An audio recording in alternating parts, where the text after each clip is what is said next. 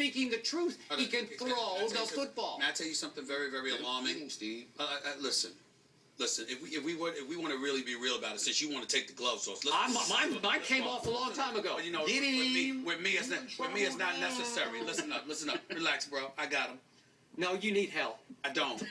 Skip Bayless, I told you last year, while Tim Tebow was the quarterback for the Denver Nuggets, that there were teammates that were lying. I wish he was the quarterback for the Nuggets. Let me finish. Okay. I'm sorry for the Nuggets. I said the Nuggets. I apologize for the Denver Broncos.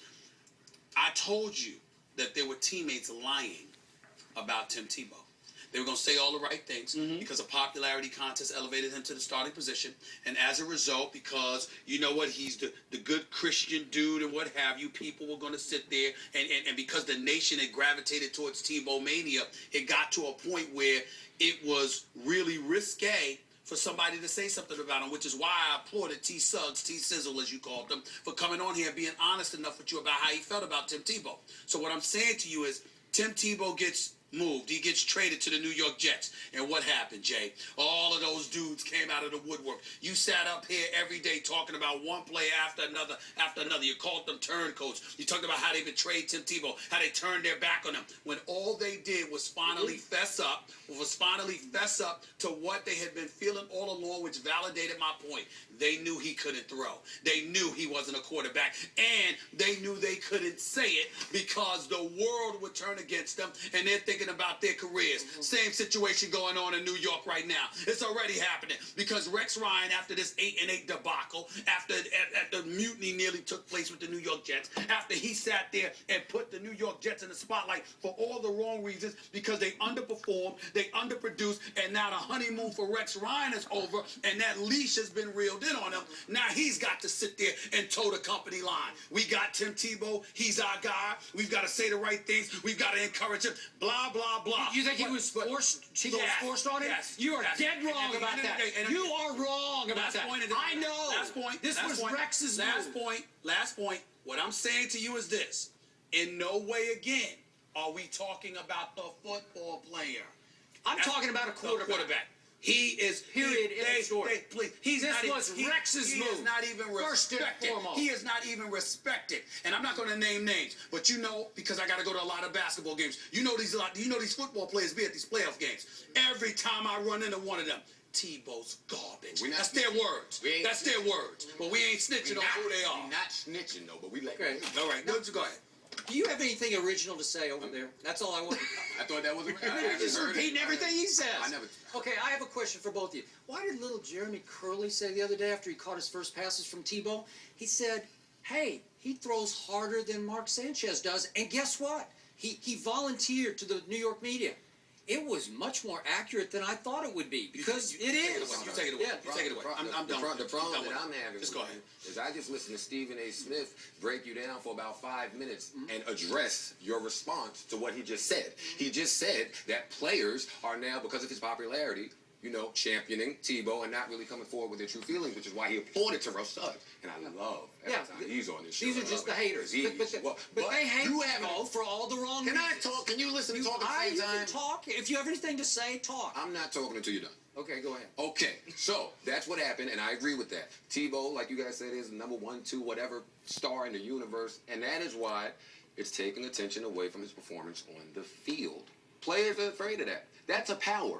The same way Peyton Manning, Tom Brady, all the top quarterbacks in the league, it's a power that they're elite and you can't do nothing to stop them. Celebrity and notoriety is a power. Trust me, you may not know I do. Ow. Oh. It is, though. It really is. So it requires maybe delicate treatment. And Rex Ryan in these quotes, it's clear to me this is delicate treatment. And mind you, Mark Sanchez is getting treated like a stepchild, by the way. By the way, he is. I feel bad for the guy. And I'm not a Jets fan at all. Because Rex had to throw in nice comments about Mark. He did. Well, Mark is out there after his comments about Mark is fending for himself. Yeah, he is. Which is also a problem. The reason Tim Tebow chose the New York Jets over his hometown Jacksonville Jaguars when he had a chance to go to Jacksonville was because Rex convinced him that he would get a great shot at beating out Mark Sanchez. And that's because Rex Ryan had to stand there on that sideline on a Thursday night in Denver and watch Tim Tebow go 95 yards in 12 plays to win yet another game. And all I got to ask all the haters, and they're haters, I've told you, this young man has become the most hated and maybe loved figure in all of professional sports. Polarizing for sure. Very polarizing. Please. And the point is that the haters hate, but they can't take this away. He won seven. When you say haters. Well, who you're hating? That's on? me, It's but okay. I'm It's joking. okay. It's okay. And all these basketball players can hate, but he won games. Time out. Skip Bayless, I happen to know that you don't like it when you're called a hater when people bring up your critique of LeBron James. Yeah, he's hurt my feelings. Now, mind you, LeBron James, regardless of what you want to say and what I have said about him, because damn it, he better win, is still one of the greatest players we have ever seen.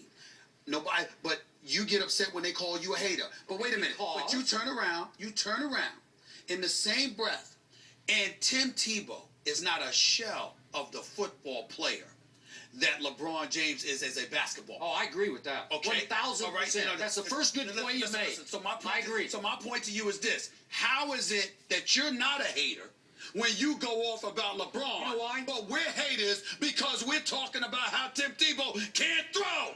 He cannot throw. He cannot throw. What about He's 46.5% completion. Oh, please. I mean, he's garbage, and this is unbelievable. Garbage as a quarterback. As a quarterback. How does garbage? How does garbage win 7 out of 8 games? Listen. I want to know. Listen. In the National Football League. How does garbage score 35 at Minnesota? How is it that you sit up here? How is it that you sit up here with the video, sitting there bobbing your head to it? All he does is win games, but then he loses 4 to 5 of his last 5 games, and you're nowhere to be found. Where were you there? Where were you there? You better be careful. Where were you That there? video's better than anything you've ever done. Well, you know what, Stephen A. Before we leave, All right, go ahead. Stephen A. does ask a legitimate question does that not. I would I like you didn't to ask address. my LeBron. The hater, You know what? the hater thing. Okay. Because you are Thank you sensitive for to that asking. word. You know why? Because I like LeBron personally. How many times have I said Well, that yeah, on the but show? Stephen A. has said he's got nothing against Tebow personally. No, Not man. call him a hater. Not buying You it. know me, but you don't like know some of better. the things he stands for. Like what? Just the Like the what? stuff you think he's overly religious. He wears it too much. But you don't like some of the personal things that Hold on. LeBron stands for. The Hey. King James. Hold on. I don't like that. Okay, so Hello. but you're not a hater. Gentlemen, no, hold on. This is very He important. just told the control room. To This is right. I'm telling you. This is Kevin, you important. just got a stop sign. Yeah. You said something very important that's not correct, and I want to correct you on that. I have no problem with Tim Tebow, his religion, how he wears it on his sleeve. I applaud that. I'm a Christian man. I got no issues with that. My issue is the pressure other people have ultimately had to accumulate, who have the remote level of criticism about him because of it. They literally have to walk on eggshells, walk on pins and needles rather, because oh my God, he's so loved for reasons beyond football. That is my problem with the Tebow mania, and nothing else. You feel like he got an opportunity that maybe some other young black quarterbacks haven't gotten in the I past. agree. No, yes, absolutely. Okay? That's absolutely Okay. correct. But what have I said? What have I said? You tell me anybody in the history of the NFL that has been elevated to a starting quarterback position based on a popularity contest. That's all I've said. Forget his credentials. I said who has gotten that opportunity. And just to add on, Come on now. Just to add on to that, and name me another backup quarterback who had that big whole press conference that the Giants would never. Typically, you don't see that for a Big backup. star. So have we made ground here that hater's too strong of a word and you won't use that again? Maybe. And I want. We've got them thinking. That topic was so good, I'm sure we'll revisit it. I'll next still hour. back. Joe, I'll still great back stuff. you. I'll still back you. Joe's going to be back to the debate desk in a little bit. Hey, we want you to join in at home on Twitter. Find us at ESPN_First Take. The best reaction to Pierce Tebowing wins a signed T-shirt. We'll read a few of the good ones later in the show.